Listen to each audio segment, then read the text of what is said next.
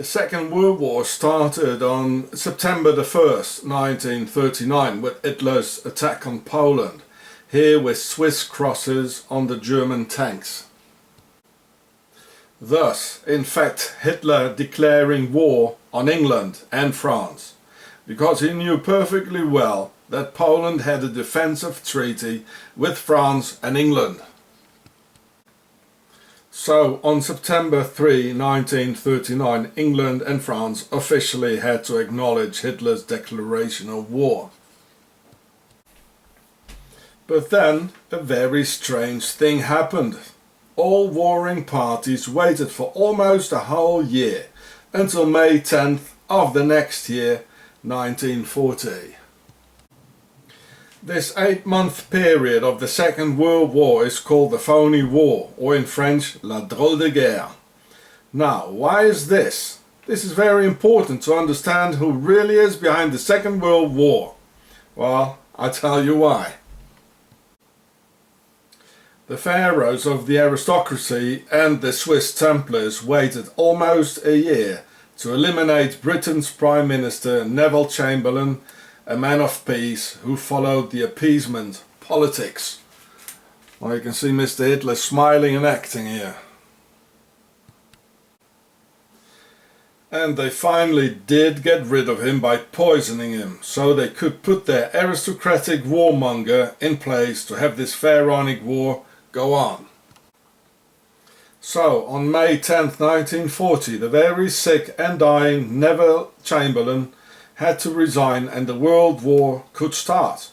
Only a few hours after he resigned and the pharaonic aristocratic Mr. Churchill was set in place. And the democratically elected Prime Minister of Britain, Neville Chamberlain, and man of peace, died before the year was over, just a few months later, of cancer, and having had a few drinks too much with the wrong people. So on the very day of the second and real beginning of the Second World War, Winston Churchill was not elected democratically, but was assigned by King George VI as their aristocratic leader for the pharaohs. Churchill was born at Blenheim Palace, where his father was the Duke of Marlborough. Well, here we can see the obelisk of Blenheim Palace. Any more questions?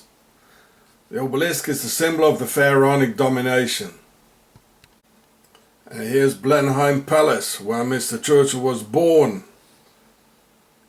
A man of the people? No way.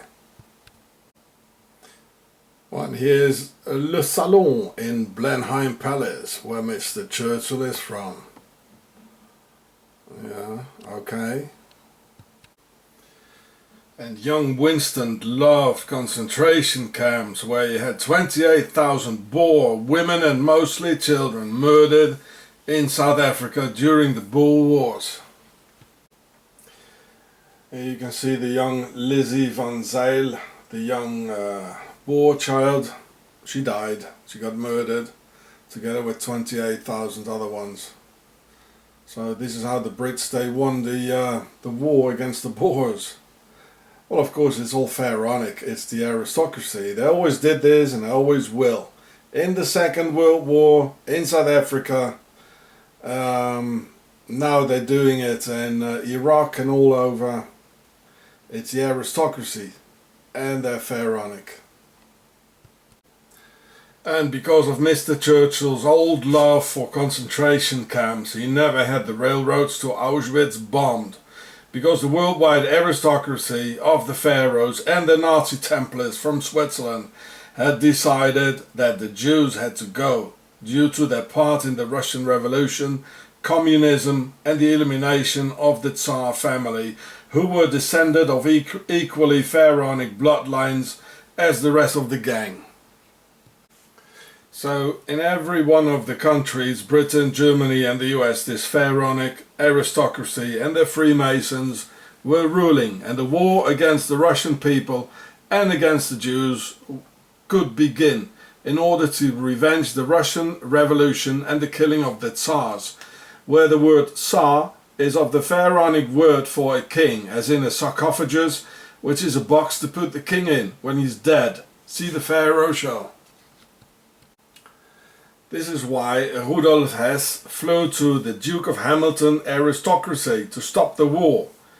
Now, why would someone from a NSDAP Workers' Party ask the aristocracy for help? Huh? Well, and look what the Duke did. Well, he just betrayed him. The Duke didn't want any peace, eh? The Duke was just smiling and pretending to be nice to Mr. Rudolf Hess. But when it really came to it, he just betrayed him, and he showed who he really was, a pharaoh. This is why Hitler had the English army escape in Dunkirk, and why the Luftwaffe never bombed Buckingham Palace or any other aristocratic aim. This near miss here is just a deliberate false flag publicity hit, so they could celebrate themselves as heroes, standing side by side with the British people.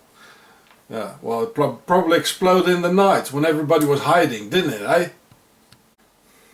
And also the SS Prince of Darkness of the Bilderberg nobility, Mr. Bernhard, was hiding in England.